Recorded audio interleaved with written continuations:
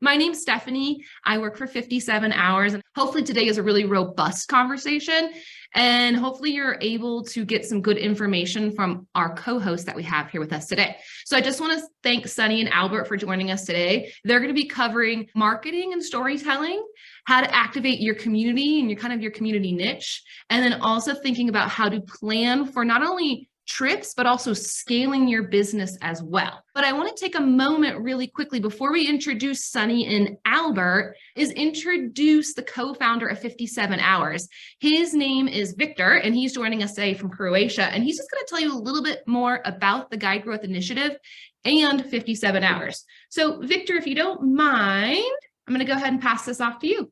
Thanks, Stephanie, and nice to meet you all. Yeah, like Stephanie pretty much told you already a lot about why we are doing it, what the goal of the Guide Growth Initiative. I just want to give you a little bit of background, why we are doing this and what 57 Hours is. And maybe, good thing to explain. One thing that you maybe don't know is that we actually started working on 57 Hours like 5 years ago. We launched the website maybe 2.5 years ago, but we've been spending we spent 2-3 years doing research and just learning about the community, talking to guides and trying to find a way, how can we create something that will generate value. And one thing that I really liked, that got me, me and Perica both super motivated, was that we saw an opportunity, by building a platform like 57 Hours, we can, of course, we can create a great customer experience for people that are booking trips, but we can also help guides speed up their businesses, grow their businesses, create more successful, more sustainable careers. Because we've seen that a lot of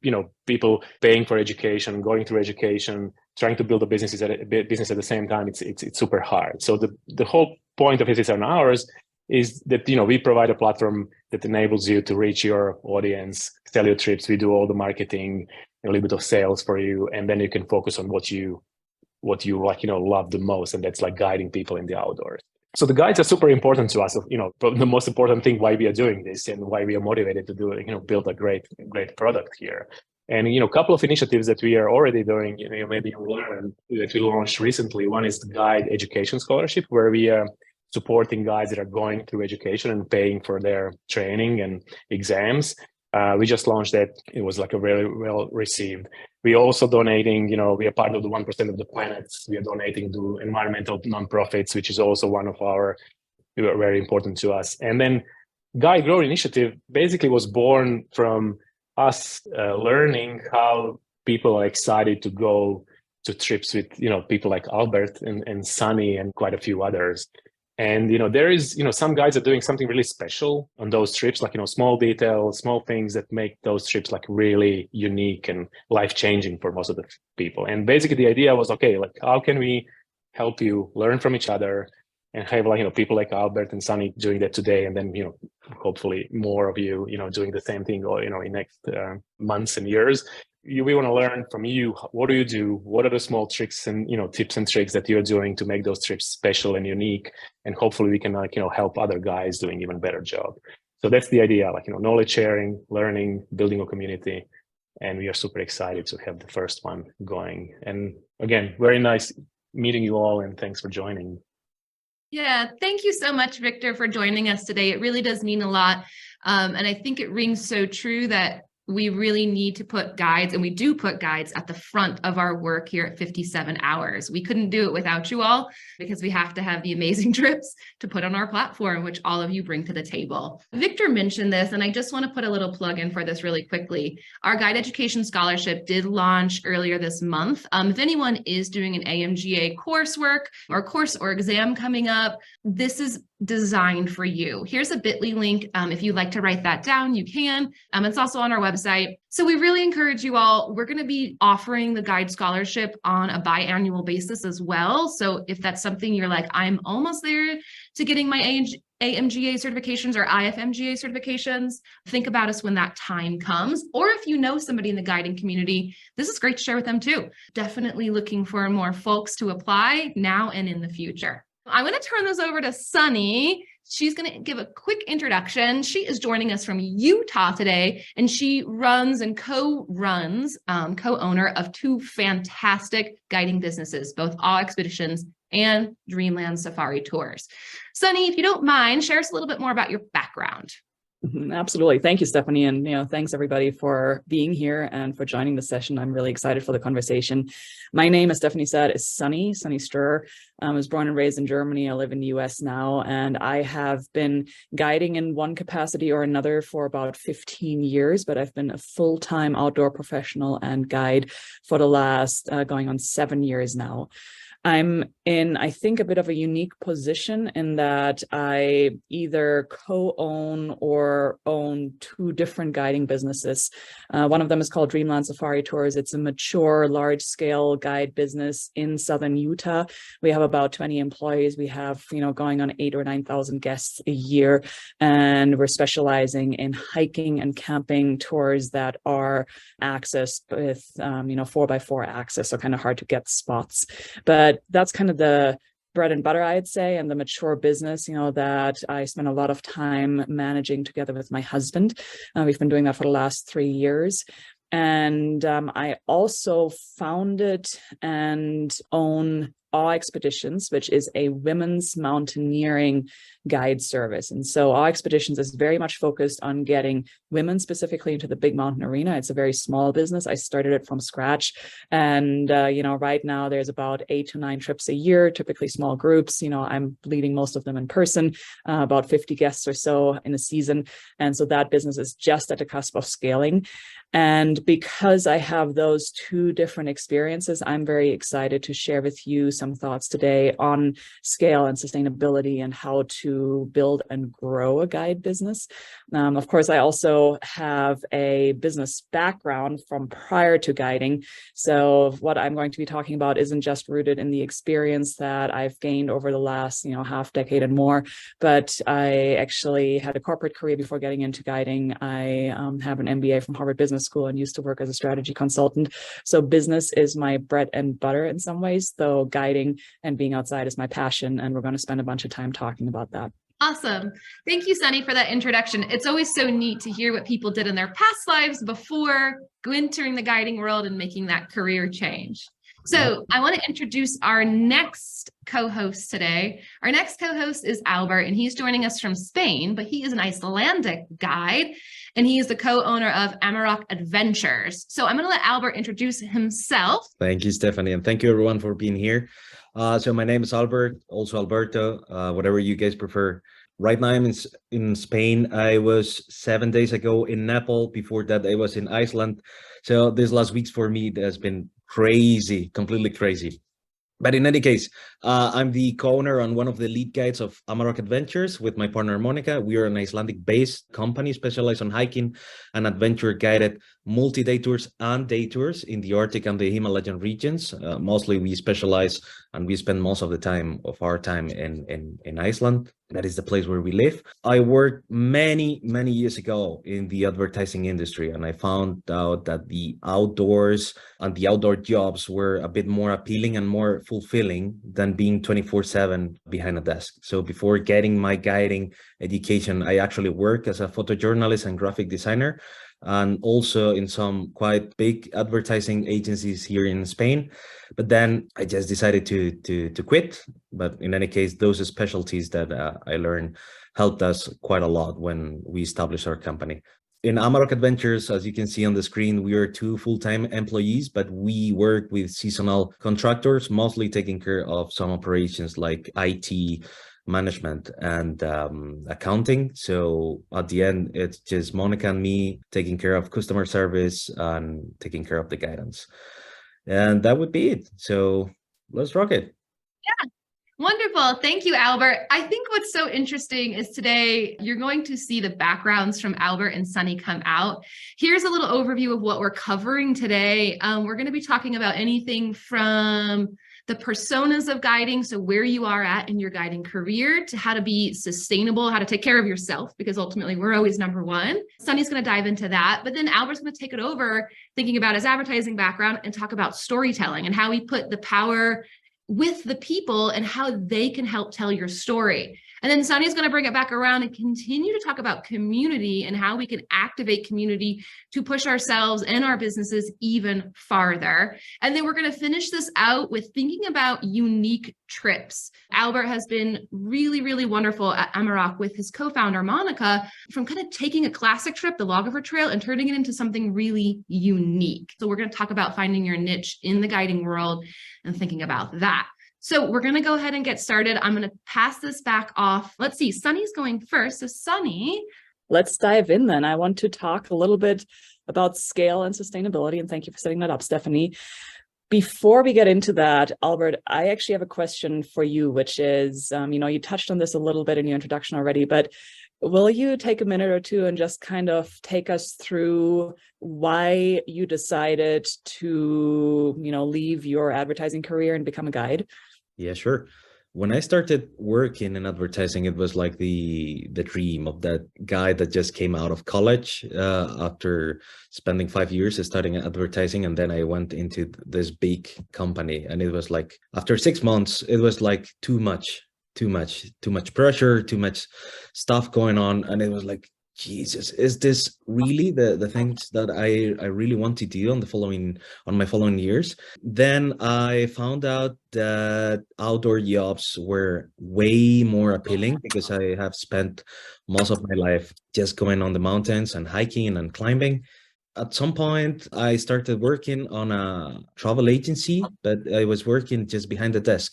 So when I had enough of that, at the same time I had the knowledge and experience, I decided to take the guiding courses, all my education. Well, after that, we started the company. So yeah, we were really passionate about this, and we decided that we wanted to start leading the trips and leading the kind of this adventure that we were passionate about. So we took this kind of leap of faith and went full in with Amarok Adventures. Amazing. So what I'm kind of hearing from you, Albert, is something that I personally can very much relate to, and I would think a lot of all of you who are listening in on this webinar can probably relate to, having that primary driver of getting into guiding, because we all love the outdoors. We have a passion for being outside, and we have a passion for sharing that with other people as well, right? Which kind of makes guiding seem like a natural fit. That certainly was my story and the reason that I became a guide. And I, like Albert, went through an evolution from, guiding individually initially to wanting to do my own thing, and to starting to think about how to build a business and how to build scale and build a sustainable career as a guide. So mixing that background with my prior experience as a strategy consultant and an MBA, I actually want to take you through a couple of different personas that I've observed in guiding, because I think this is a useful framework to root us all in when we think about where you are as a guide and where you could potentially go, but also what impact that may have on your career and of your life. So what I want to start with is the three personas of professional guiding that, in my mind, and kind of echoing back also what Albert was talking about here, is starting out, the kind of quintessential classic persona, I'd say, is being a guide hands-on in the field, where you're either working for a company or you are a freelancer and, picking up work wherever you can. The next persona is being an owner-operator, where you say, okay, you know what, I do want to be a guide. I do not want to work for other people. I don't want to have anybody tell me how to do this. So I'm going to branch out on my own and start up my own business. And typically that ends up being you on your own, or you and a partner, or you, and maybe one other person. So, that's that owner operator persona.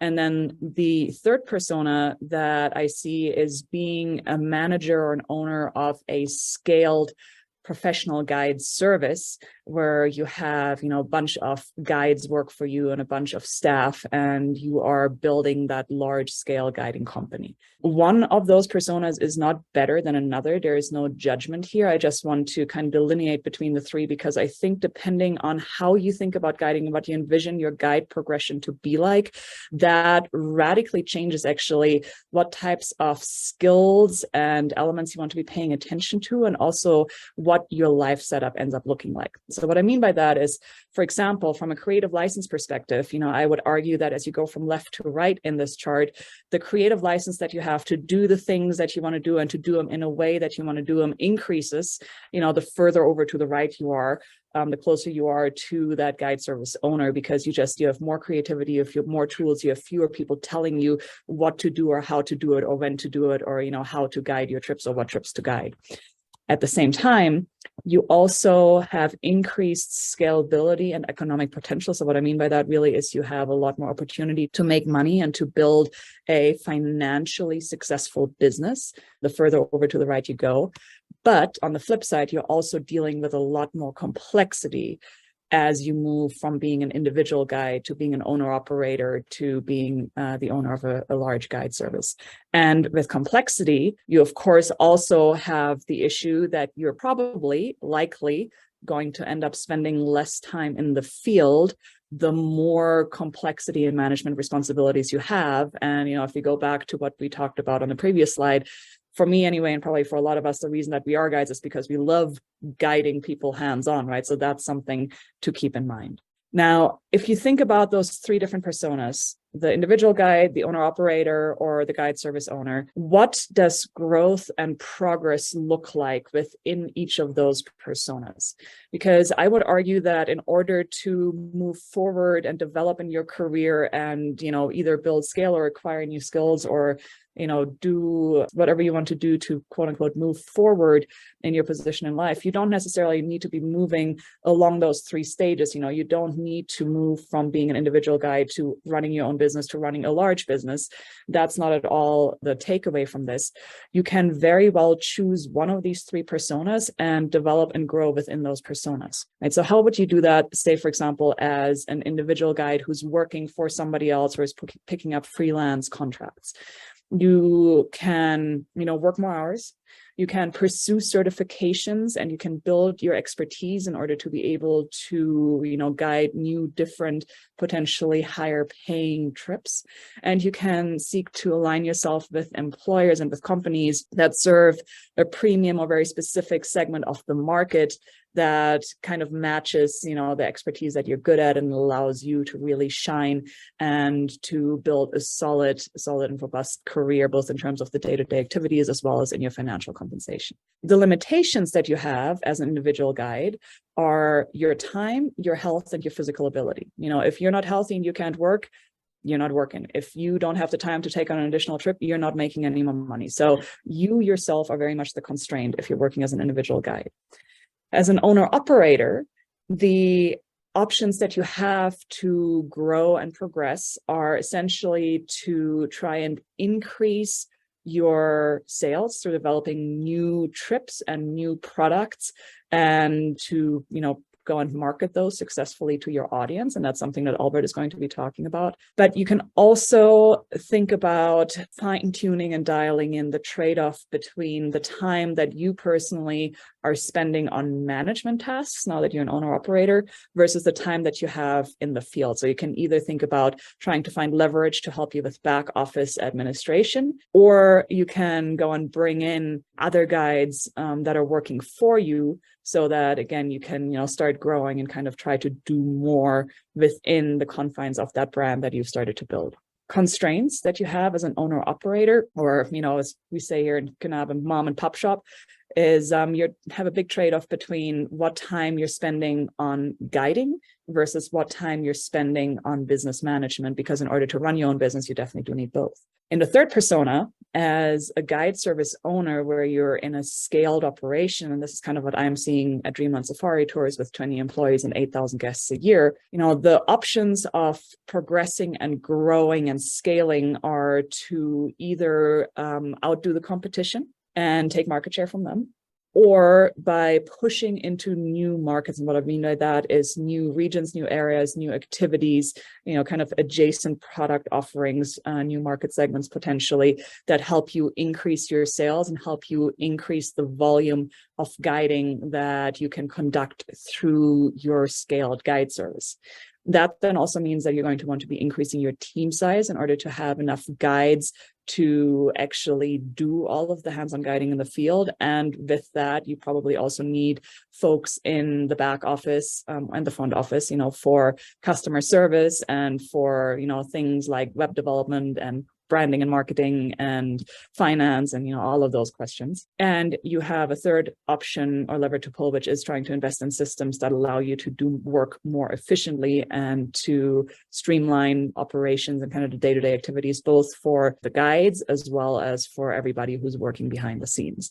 Constrained and kind of the scarcity factor in a scaled guide service is that your margins and your cash flow very much dictate what your investment possibilities are and how quickly you can expand to new products, new markets, hire new people, and all of that. So why am I talking about these three guide personas, and why am I talking about the different ways of scaling and progressing?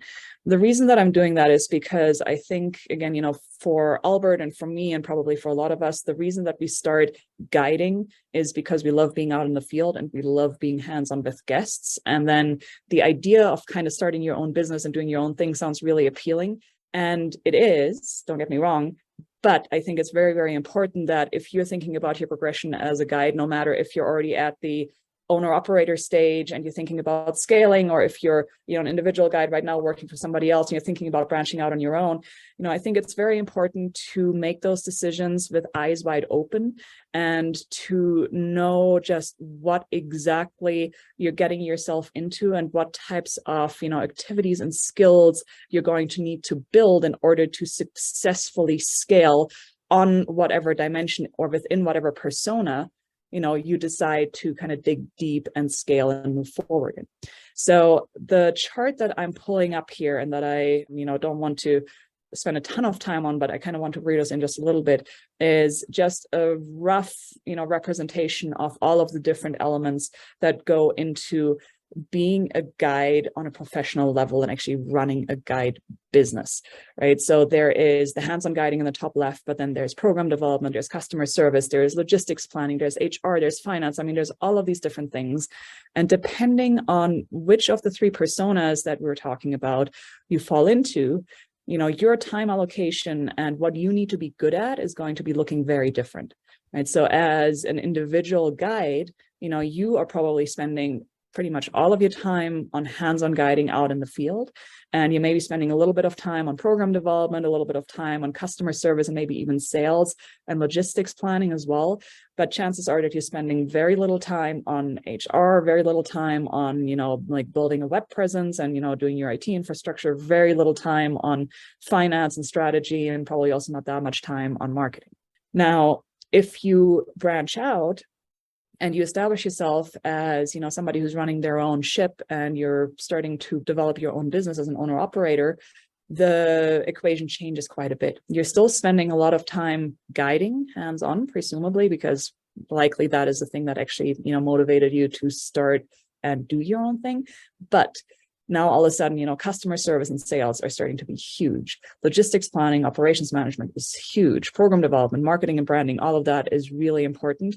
And you also have to think about web development. You also have to think about HR. You also have to think about finance and strategy. And, you have to be aware of that, as you're trying to build scale within your own guide business, you are either making trade-offs with how much time you have available to be in the field and to do that hands-on guiding, or you need to plan for bringing in people and bringing in either, freelancers or in-house employees that will help you take care of all of those added functions that need to be addressed so that you can then go back and spend more time on being in the field if that's, the thing that you're really excited about. If you take things to scale and you look at, the large guide service, the picture here is, yet again, entirely different. At this point, this is maybe a little bit overstated, but it's kind of what I'm experiencing at Dreamland Safari Tours anyway. At Dreamland Safari Tours, the business where we have 8,000 guests, I spend almost no time guiding myself. I mean, I go out on a handful of trips a year, but, probably fewer than one a month. and these are just 1 or 2 day trips.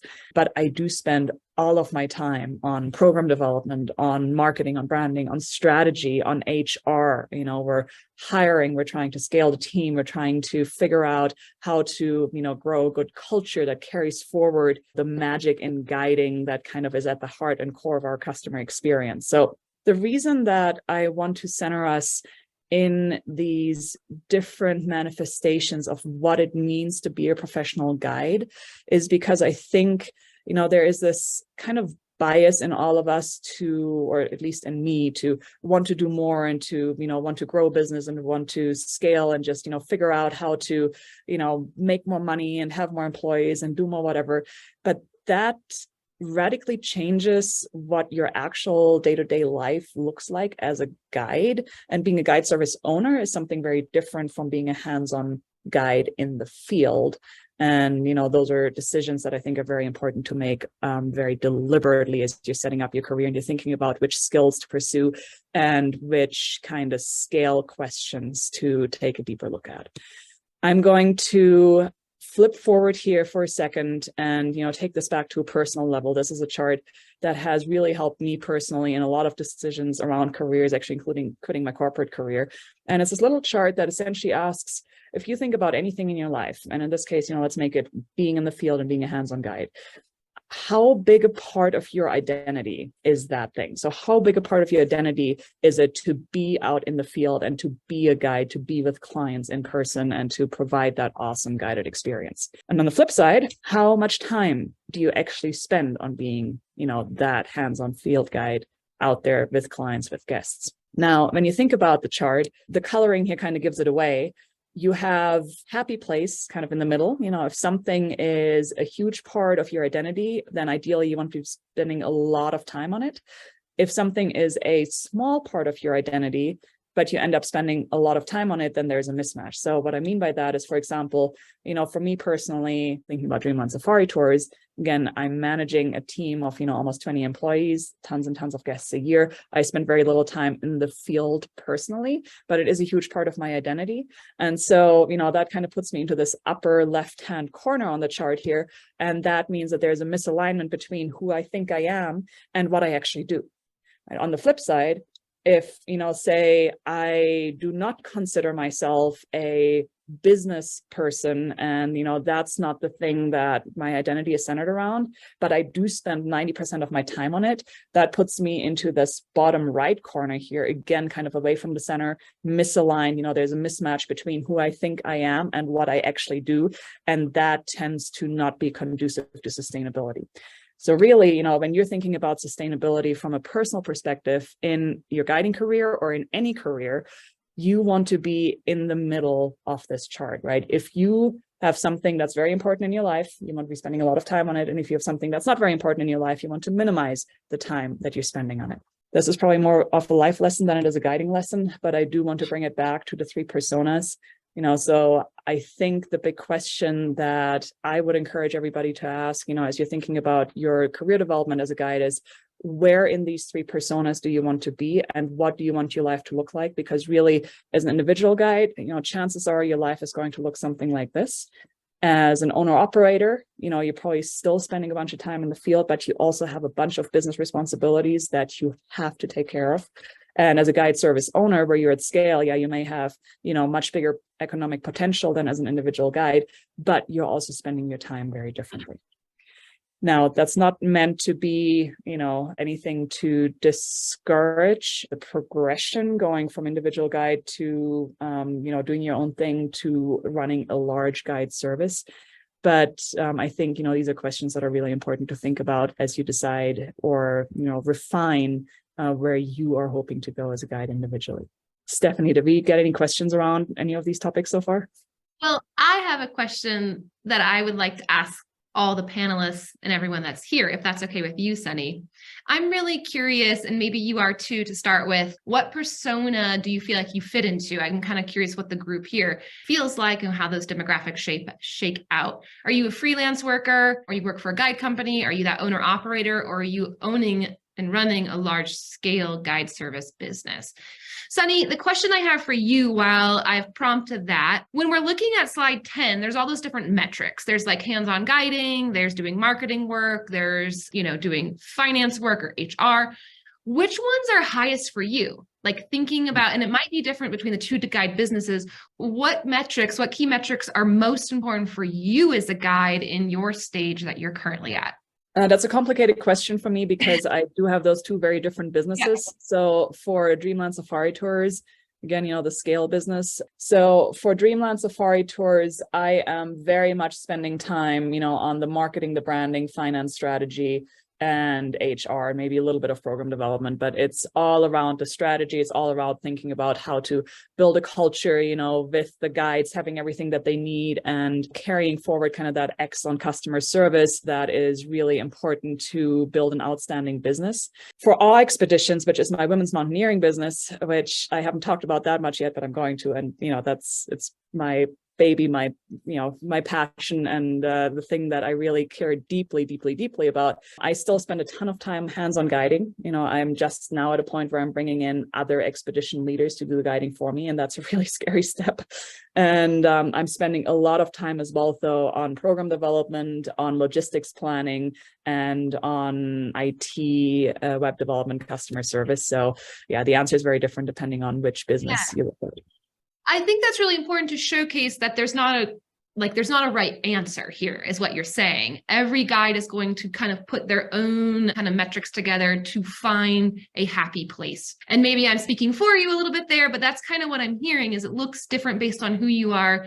So maybe not getting too set on like, oh my gosh, I'm doing too much of this, but really knowing that it could be whatever works for you based on where you are in these different personas. I think that's really important. But now it's going to turn over to Albert, who's going to be the one to talk about storytelling. Thank you, Stephanie, and thank you, Sunny. Before moving forward, I wanted to mention just for 2 minutes about what Sunny just talked about. I truly find it super interesting. And at some point I used to be both a guide working for a large company, for a couple of them.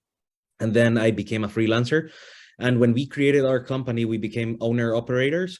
But the thing is that if we would have had something like what Sunny has just talked about, it would have been way easier for us, to be honest, because we tried to do like all by ourselves. And at some point, it's, as Sunny said, is you just need to prioritize. So it's fantastic what you have just shared with everyone, Sunny. So in any case, I want you all to see that what I'm going to be talking about today is from this point of view, from the point of view of the owner operator, that even though we have some contractors working for us and taking care of some parts of the company, such as I said before, the accounting or IT, we are still taking care of others such as guidance, logistics, customer service, and marketing. So in our case, I had a bit of background on this, so we were able to take care of it by ourselves from the beginning. At the end, I would say that marketing is for sure one of the most important parts of having our own business. And basically because at the end, we need to find how to sell our product to the final customer in a completely current and efficient way. But however, I'm not a guru, I'm not a marketing guru of this. So there's probably thousands of people and professionals around that can create amazing marketing plans to rocket a small business or a big business. So once again, I'm just talking about this from the point of view of our owner operator. For us, one of the most important techniques was the storytelling. And this is something I learned when I was on the advertising world. Marketing actually can drive us a bit nuts, a bit or most of the time. And this age that we are living of the meta information, the new possibilities evolve in a blink of an eye. There's actually something that, despite of these new tools or new formats that are appearing day after day, something that never changes, and this is telling stories. So since beginning of explorations, beginning of mountaineering, the stories have been present, and the way of telling them is one of the most important parts. We are living, to be honest, or at least to my perspective, in a remarkable moment in history, when we have the tools to become transmitters and we do not rely on someone else, like a big newspaper, radio stations, or big marketing companies that it used to happen in the past. We do not rely on them to be able to spread the words. So nowadays, anyone can create content, but we have in our hands the chance of creating this, what we call the quality content. So when talking about this quality content, I'm not talking about what the social media are requesting these days. I'm not talking about making reels over loading photos. I'm not talking about what the algorithm wants. We do not, I'm not talking about becoming an influencer at all. So for becoming a storyteller, we need to define who are we, or who we want to be for the clients or for the people that we wanted to reach. Sometimes it is a bit difficult, but not saying impossible, to define what do I want to say versus what the clients want to hear. But from our personal opinion and experience from being an owner operator, being authentic and telling what you want to share, it is most of the time the best option. We gotta connect with the client in a completely personal way. We want them to know that we are not a soulless company, that we want them to know that behind the screen or behind every single email, there are people that care about giving them the best of the best possible service. And for example, I don't know, an example that we always put is that as a small company, we have prioritized answering every single email by ourselves without using anyone else, for example. Instead of that, we have preferred to someone else to take over accounting or web design or stuff like that. So we know from our clients, from people coming to the trips, that that's one of the things that they value the most. On the last years, what we have been getting from them is that they love that since the first email, they get in touch with a real person that is listening to them, and they know who is this going to be, this person that is going to be with them on the trip. We want also to showcase that we are not just operating day tours or multi-day tours. So when someone is coming with our company, and I'm not talking just with us, I'm talking with any company, we want to showcase that they are going to live an outstanding experience. They are not going to live just another trip.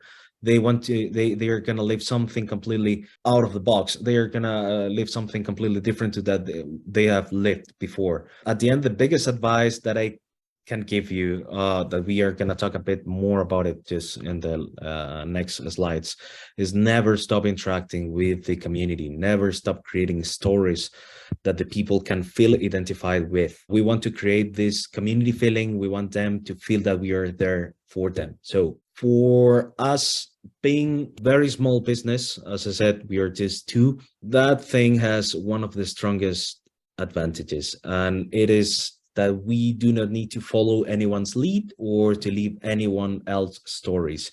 We can create what we want, and we can keep it completely and 100% real. For example, I was telling Sunny and Stephanie that I have a few guiding friends that they have really, I mean, like the most basic Instagram and Facebook accounts and websites, but everything that they showcase, it's super real. I mean, they do not prioritize pictures of people hiking in amazing landscape, but they just upload pictures and videos of people having fun on the outdoors. And they have created this huge community just around this kind of stuff, around just showing what they are doing and showing that they are completely real. Actually, I'm very happy to say that we have one person in the webinar today, Alessandra, that she's doing something similar. Well done, Alessandra. You are doing very, very good so far with your trips in Italy. We know each other from Iceland, but yeah, she is doing actually super, super nice in all this stuff about storytelling. So well done. So as I was saying, we want to create this community feeling, and we want them to feel that we are at the end there for them. So places over people. This is one of the most important things also. We want also to put some emphasis on telling a story, not only on our social media, but we want to share this on the website. We want to share this on the emails, on the brochures, on every single communication, every single information that the client gets. Even sometimes when we are outdoors with a group and we have to reply to someone, we apologize for answering late, but we were hiking with our travelers. And at the end, the thing is that the person that suddenly discovers the business, the company, when they find out that what they are seeing is real, the thing is that we want them to identify as the person that they are seeing on the picture. We want them to identify and to say, like, I want to be that person. I want to be there. I want to experience what I'm seeing right now, what I'm being told. So at the end, we need to prioritize when talking about images on our social media or website. We need to prioritize on showcasing people, hikers, people living these experiences that we were talking about over this amazing and stunning landscapes. At the end, we want the people to feel that they can be those standing on the picture. And we wanted to make this sport a bit more dynamic. And actually, I think a very small exercise, not more than 1 minute, 2 minutes, would be a great fit in here. So looking at this picture of these feet, I'm not going to say anything else. What can you extract from it? What can you catch? What this picture suggests you, not only the situation, but what emotions or feelings can you extract from it? Yeah, if you all don't mind, let's think about, Albert just said it, what story does this photo tell? So strangers bonding at the end of a trip because new friends were made through an adventure, fun and sharing with friends, so a lot of fun and friends. Mm-hmm. Let's but warm, community strong, community playful, more community. I see a team spirit when people have varnished borders between each other, get dirty and explore with others. Thank you, Regina. We are crossing this field of mud, ... together. Yeah. That was from Alessandra. Yeah, I think this was the perfect example. So please keep going. This is what I see when I see this picture. So yeah, you will get muddy and dirty. That's for sure what you can extract like directly. But then with new friends, as you people have said, community, play, strangers bonding at the end of a trip, becoming new friends, you're gonna love it. Yeah, I mean, at the end, this, even though it showcases a completely different scenario and we are not just adding any words to this picture, you can extract exactly what we were talking about from this.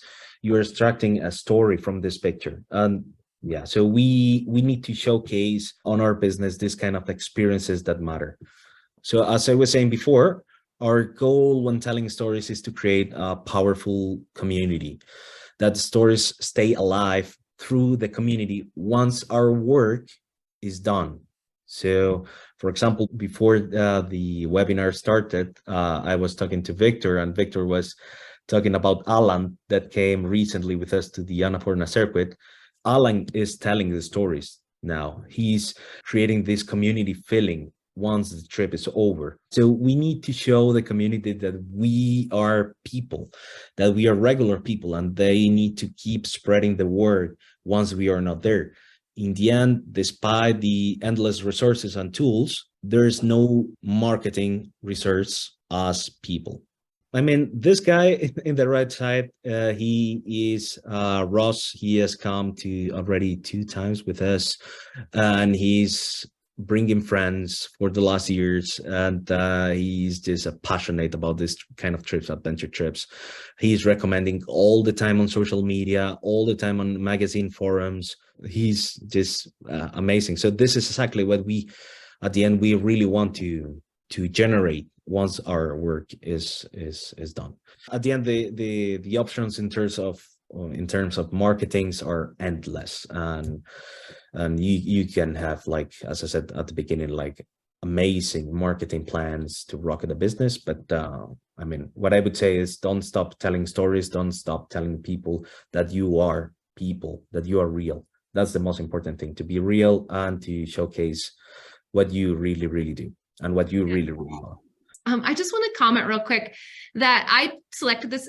Albert gives us fantastic photos to work with at 57 hours. So does he. I selected this photo just randomly, and I love, Albert, the story of this. You as the guide were immediately like, this is Ross. He's been on 2 trips. He brings friends. It just showcases the power of people, repeat clients, bringing friends. And again, like, I didn't I didn't choose this picture because I knew Ross or I knew anything about Ross.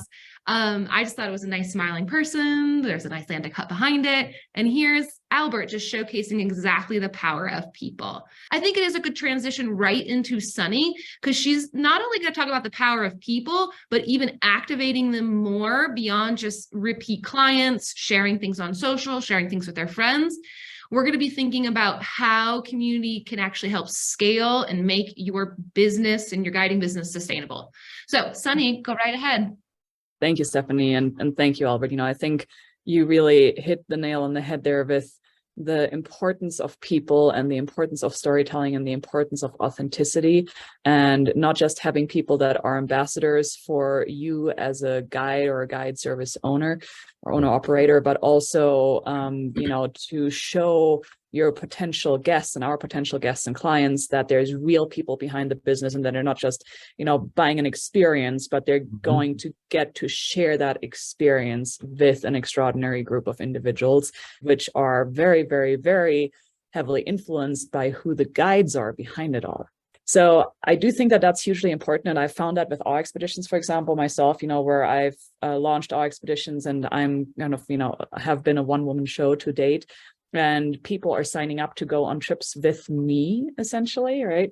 But I also realized that, when we anchor ourselves in people, sometimes I almost feel like, I, as an individual, I really don't have an option but to go beyond me personally and to try and find community and build community. Because here's the thing, if you're anchored directly in people individually, if you go back to those guide personas, I think that you can potentially actually be setting yourself up for some big challenges. And here's why I'm saying that. If you look at the personas, again, as a freelance or individual guide for a different company, if you can't work, you're not there, like there is no career for you, right? You don't have a guide job, you're not guiding. As an owner operator, where you're both guiding and you're running the business, if you're not around to run the business, then your business goes away, right? If everything's tied to you and you as a person are kind of the thing that makes it all tick, that's like, you have to be there all the time. And then as a guide service owner, at scale, if you aren't there, now it all depends on how you've set it up, right? But if you're not there, if you've set it up well and you've built community, both amongst your guide team, your internal team, and your external community, you may actually be able to sustain the brand that you've built and the thing that you've poured your heart into without you having to be physically there and, hands-on involved the entire time, right? So that's kind of where I see community play in, where I think, it's incredibly powerful to anchor something in individual stories and in individual people and that authenticity of connecting one-on-one. But in the end, if you tie your business and your identity as a guide to that individual level, then you are tied to that individual level and you have to be there. And if you're not there, like if I get hit by a bus tomorrow, AWExpeditions goes away and it's not going to sustain itself. It's not going to last. I'm not going to leave anything behind that kind of goes beyond what I'm doing in the moment. So, that's something that I spend a lot of time thinking about, because I have those two different examples of Dreamland Safari Tours at scale and an AWExpeditions, very small. And I've talked a lot about Dreamland so far, trying to, draw on some of the examples of what it takes to run that large business. But I want to switch gears now for just about 2 or 3 minutes and think about, the role of community in a small business like AWExpeditions and how community can help transition a small business, an owner operator business, into a potentially scaled guide service and into a brand that can be sustained above and beyond my personal involvement with it, right? So the way I think about community, in order to remove that limitation of, your own personal individual capacity, I think it's incredibly important to not just connect with, your community of potential and actual guests, but to also build community internally, within your company, to make sure that you have a defined culture and that the folks that you're working with and who you're bringing in to work for you as guides or as staff, that they rally around that and they know, what your guide business is all about and what you're trying to achieve. And what that really means is that you need, you need a cause or a mission, you need clear values. And for me anyway, I think that, it's really important that I don't want to root kind of the foundation of building a guide business in the idea of, oh, I want to go and just run a successful business and make money, right? That's not a good cause. That's not a good reason. That's not powerful enough. I think what's important for me is to have something, to have a cause and a passion and a reason for being that goes above and beyond just saying, I want to be a good guide and run a good business. And for AWExpeditions, that is very specifically that, I want to make a contribution to bringing more women into the big mountain environment, which is something that's still underserved today. What I ended up doing, over the last couple of years is I actually started to build a community that goes way, way, way above and beyond the work that I personally am doing, and that is really centered on the cause of gender equity in the mountains and trying to open up this space to more women. And it's actually gone so far that, I started initially internally to AWExpeditions, a scholarship program for the community for women to be able to come on some of these trips at close to no cost to themselves. And that scholarship program has since taken on a life of its own and has become a separate nonprofit organization that I still serve as the executive director for, but I'm hoping to be able to, transition out of that, because the foundation and, kind of that nonprofit element to the work of getting more women into the big mountains, like that is a cause that community rallies around. That's a cause that gets not just, the audience excited, but, audience sounds impersonal. It sounds, conceptual. It doesn't just get women and people who want to go and do this stuff excited, but it also gets partners excited. It gets people, who want to work with us excited. It gets sponsors excited. It gets, it creates so much excitement and so much connection and so many authentic stories that are, very much personal and individual stories, but they're no longer rooted in me, Sunny Stroeer, but they're rooted in the cause of wanting to open up this world to more women. And that's kind of the step that I see that can really help you achieve sustainability, achieve scale, and, create the opportunity for yourself to potentially be able to step away from all of those functions that we were looking at earlier, and to have other people step in without losing the soul and the spirit and the passion behind what you started in the first place. Yeah, Sunny, one question I have, we've been talking a lot about the power of people, the community, really activating them to help harness your guide business and go beyond just you as the guide owner. It's a way to take it even further beyond what you're trying to do with AWExpeditions, pushing it into the foundation and getting more women into the mountains. I'm curious though, are partners a key piece of this puzzle too, having really solid partnerships and developing that community of partners as well? Businesses, fellow nonprofits, things like that. I mean, 100%, because again, without partners, either internal or external, you wouldn't be able to move beyond that individual limitation of having everything tied to, you as the guide or kind of the idea and, generator and creator behind it all. So, partners, like folks who end up working for you, right? But partners who may come in and actually be business partners, and partners who are potentially, helping amplify your story, who are potentially providing funds as sponsors, to go and make big ideas happen.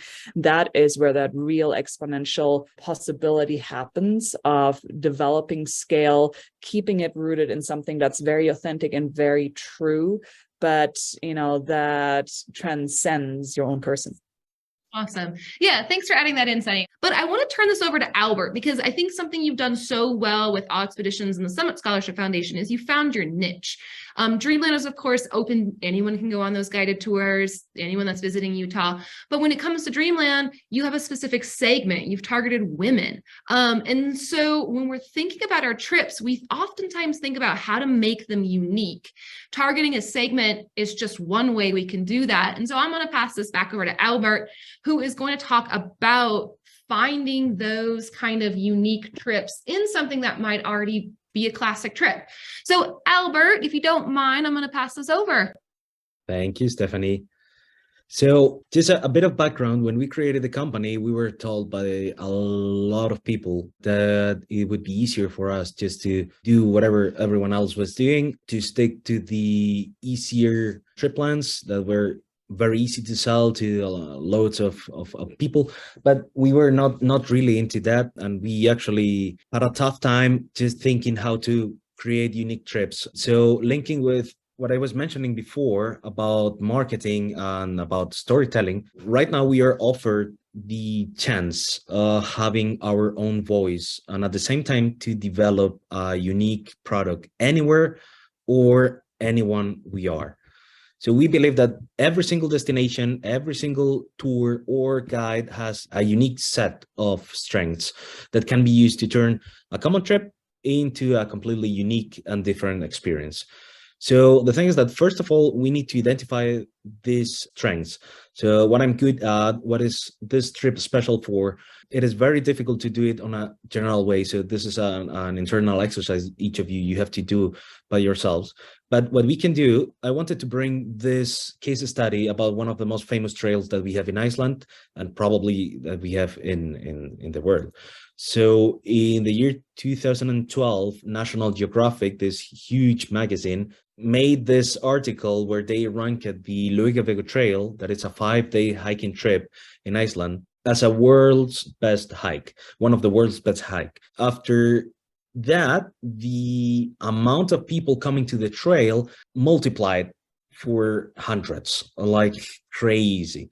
It increased exponentially to numbers beyond what it would be advisable and sustainable sometimes. If you go and Google Laugavegur Trail, you will see thousands of different tours. Some of them, they are guided. Some of them are completely self-guided. And at the end, all of them, they are doing basically exactly the same. So a few years after guiding it for several companies, we became part of the Warden's team. As you can see in the picture, that's Monica, that's me on the right. We were part of this Warden's team in one of the huts. And while we were there, we had a lot of time for reading, a lot of time for studying, to plan, to think if there would be a different way of doing things. And after that planning, after a lot of scouting, a very, very long scouting stage, we found out that we could enlarge the trail from 5 to 12 days, and we created the hidden trails. So I would like to propose once again another exercise, thinking completely limitless. How would you improve this classic Laugavegur trail? What would you add or what would you subtract from the trip to make it different? I've already given you this, one of the clues, like adding extra days, but basically I've just highlighted the basic info. So you have 4 or 5 mountain huts, you have 5 hiking days, 1 market trail, and no meals provided in the huts. Using this information that I've just given to you, how would you make this trip completely different? And think, as I said, limitless. I mean, there's no wrong answer. All answers are completely correct. I would have a professional chef, like make this a culinary venture, since there's no meals provided. That's something I see. Sunny said, go off trail. I like that. Who knows what's out there? Well, I do like this activity, Albert. Cooking, teaching experiences in the local cuisine. So a lot of people like food out here. So we're really seeing that no meals provided is kind of a key tip right there when you see like there's none of that. Bringing a yoga instructor for morning flow. I love that. I think there is an Icelandic guide that does stuff like that too. Yeah, that's also a good one. For example, I just wanted to say some ideas just based on this, just looking at this. So for example, 4 or 5 different mountain huts. If I would have just this information and I would know anything about the trail or just the basic information, I would say, well, you can just, instead of using the mountain huts, you can use tents. You can create a completely different kind of experience, having a common tent where you can cook and people can sit around. That's something that we used to do in Greenland many years ago when I was getting there. When talking about 1 market trail, normally people take it on the same direction. Maybe doing it reversal could be also an option. No meals provided in the huts. Well, that's what you have said about the chef. That's a fantastic idea. We're actually going to need to start thinking about that, I think.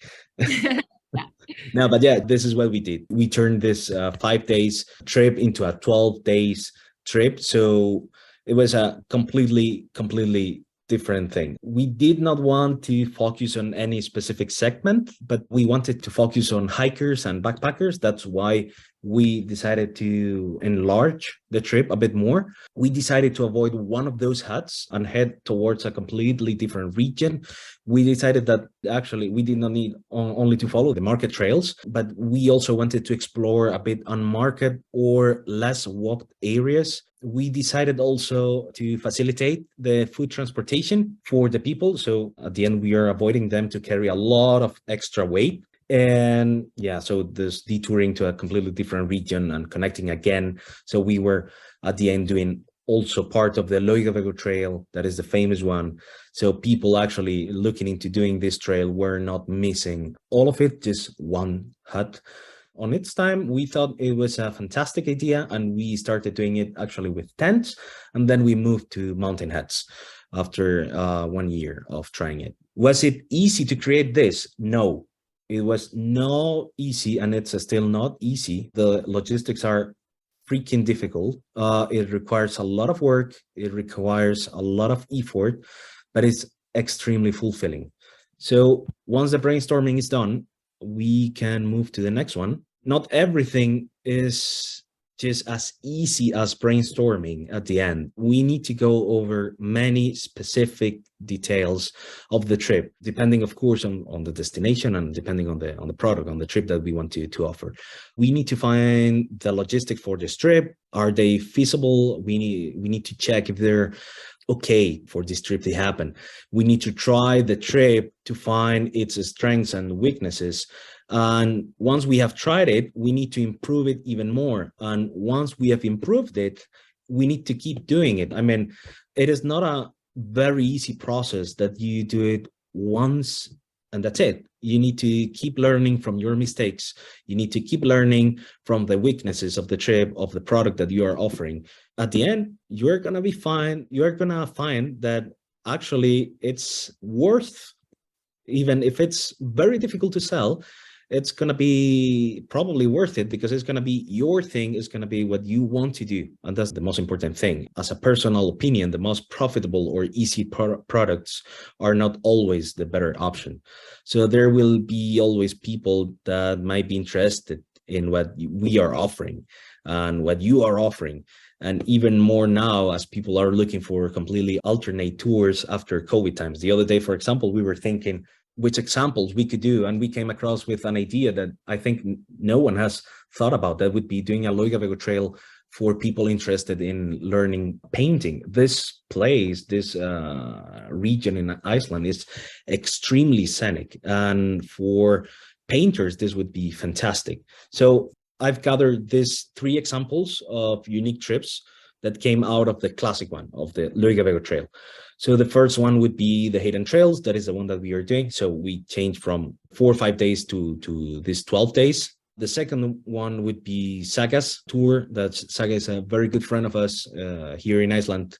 Is the all-women Laugavegur trail. That it's a segment focus tour. So specifically focus on women, something that, for example, you, Sunny, you are doing. And finally, a topic focus tour, like a Laugavegur tour with emphasis on the food. That is something that actually you have commented, it fits perfectly in here. But just to give you another idea, another good example that is actually increasing this days are the photography tours. So why not Laugavegur photography tour to be offered or something like that? At the end, the options are completely unlimited and you can create something completely unique. We only need to dive into them and say, okay, all in.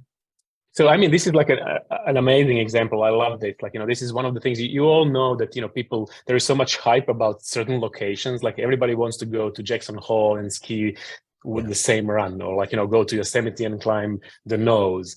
And and you guys know that better than anybody else. There are so many things that are equally, great, but there is like so much hype about like specific trails, and then you get like, it gets overcrowded and it's not the same experience anymore. And I think this is amazing that you, Albert, managed to do this and, make this kind of trip so popular. And I hope we can, help to like, solving that issue, because we are seeing that all over the place. There are, popular locations are getting too crowded, like too many people, and, there is no reason for that. There is so many, things like next door that are, equally great, but just how to explain it. Like, I think what you're doing is a great job, like through storytelling adding some like, unique things to the trip, making it more exciting, like, for people. Yeah. Nice.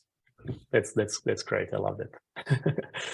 Hi, I just want to thank you both, Albert and Sunny, for sharing your expertise today. You both offer such fantastic an array of trips and tours and expeditions, anywhere from Aconcagua to these trails and locations that will remain nameless until you take the Hidden Tours trip with Albert, which is kind of amazing. I love that even here at 57, there are pictures that we don't see. There are things that Albert keeps to himself. So if we ever go, we will be surprised and excited and be like, oh, we didn't even know we were going to see this. I think that's really neat. One question that we had, and this one came in, Sunny, in your kind of earlier personas conversation. It just came in a little bit later, but it's in regards to that.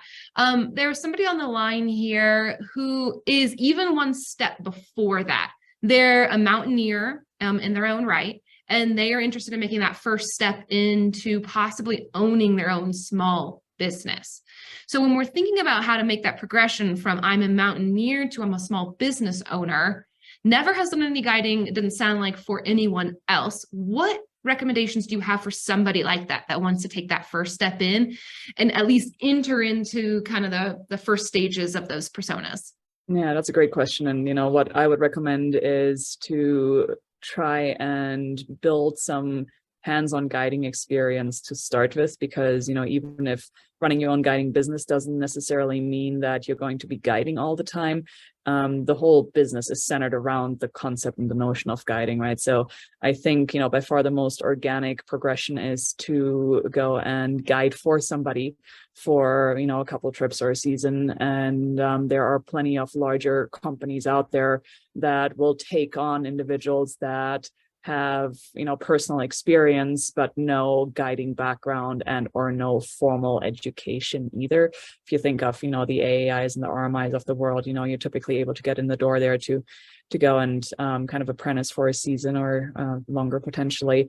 And then guide education, like formal guide training, of course, is also very, very valuable and can be very important depending on what types of terrain you want to guide. So that's one option. The other option is if you're really not that interested in the actual hands-on guiding, but you do really want to have the business element, finding a guide to partner up with, somebody who is an experienced guide that you get along with well and who kind of brings that experience, but who's not necessarily keen on the business aspect, and striking a partnership in that direction. Awesome, Sunny. Thank you for sharing all of that. It really does sound important to go out there and make those connections with people or partners, whoever it is across the board. One question for you, Albert, that came up, thinking about the Laugavegur Trail, and when you switched that and made those changes to the hidden trails, can you speak a little bit about the importance of trying these things before you actually start selling them? I think that's just such a key piece for those folks that are designing those unique trips. Just thinking about the importance of, like, what did you learn when you tried it the first time? What missteps even happened? How did the trip change after you experienced it with the notion of, I'm going to guide here? Okay, so first of all, when we planned the trip, we did all the research and we did all the planning over maps, like cartographic maps of different regions. On that time, we were aware that there were a lot of places without market trails. Well, not only without market trails, but with difficult river crossings or difficult areas to walk through. I would say that one of the most important things after planning this trip was just checking it. And we did it like 2 or 3 times. I mean, we never took a person to the trail until we really knew how to do it on different places. So the thing is that for safety reasons, on one side, you need to know that what you are offering is completely safe, even though if it's something completely new as the hidden trails. On the other hand, you need to find out if it's actually possible to do it, because at some point we said, okay, we can just plan it here on the map and take care of the elevation gain, elevation loss. But at the end, until you do not go there, you do not see how difficult this trail could be, how difficult or technical it can be.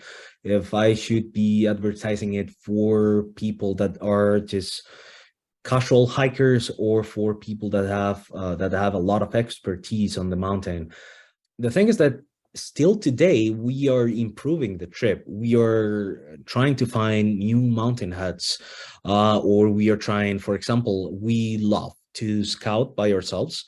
So that's something that we want to, or we love to add to the trip when we have, for example, very good weather. We are hiking the trail that we are supposed to hike every day.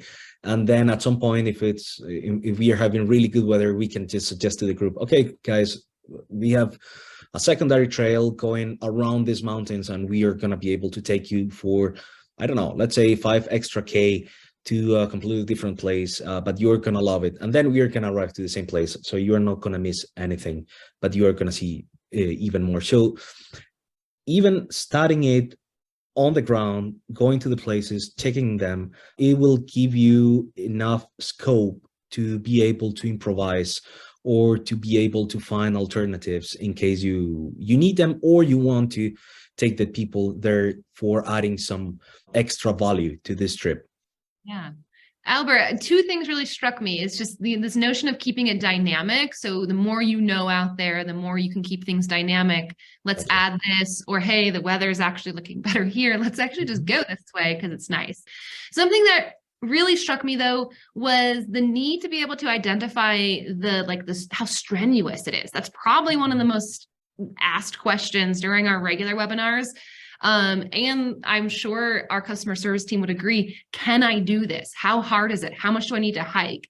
And as a guide, having a clear picture of that for an unknown trail, of course, that information is available for the Laugavegur trail if you did some internet looking, but that information is not available for that hidden trails, like exactly. Your own thing. Yeah. And at the end, you get a lot of questions while you are part of the customer service, as we are. Questions from the clients. You get a lot of inquiries about, so I've been doing this and this and this and this. Do you think I can do this kind of trip? If you are able to identify, or if you have been able to walk it before, to explore it before advertising it, you're going to be able to answer fairly to these questions from the clients. So that, I think that's one of the most important things, to be able to answer the client with a real question and with not something that you have just extracted from the internet, that it's something that we find when we are trying to find a guided tour sometimes. Yeah. And we all know sometimes there's those trails that don't look super hard on paper, but all of a sudden we get there and we're like, oh, me, oh my. So we don't really know. Yeah. And that happens with the hidden trails, to be honest. Believe it. Well, those are all the questions that I had. I just want to once again thank Albert and Sunny for taking time out of their very busy days right before the holidays to be here with us and to host. Victor, for joining us. It's so nice to have you online today, our co-founder, and of course, Maya. We really want guides far and wide to have access to this information. This is not proprietary information that we are keeping to ourselves. This is information to share because we truly believe in the power of guides and everything that you do as guides. And, you know, when we kind of look back on all the topics that we covered today, I feel like we covered a lot of ground and, you know, scratched the surface on some of those topics that go a lot deeper than what we talked about. So something that I personally would be really interested in is, you know, to just kind of get a sense and feel from everybody of what kinds of topics, you know, you would really consider useful for future sessions and where you'd want to do deeper dives, you know, what other topics we didn't touch on that, you know, somebody else, you know, maybe an expert on that, you know, would be speaking on as a next speaker or presenter for one of these sessions. So that's what I'm really interested in, because I think, as I said, we've barely scratched the surface and there's so much more to talk about. You know, I completely agree with what Sunny has just said. Just remember that we have businesses going on, we keep learning every single day, more and more. So learning is never done. So yeah, I agree. And on that note, somebody named Julian just added in just how rich this experience is and how sharing experiences means so much. Really appreciative of you and Sunny, Albert, and really interested in having these kind of conversations in small groups too on Zoom, where you all can just have time to brainstorm. And that's exactly what we're hoping to do here, is to create a community so you all start to feel connected outside of your network you already have. But can we make that bigger? Can we make that broader? Can we make you all more interconnected? So yeah, we really appreciate that. We really appreciate you all, and have a good holiday upcoming. Thank you. Take care, guys. Thanks so everyone. Bye. Thanks, everybody. Bye.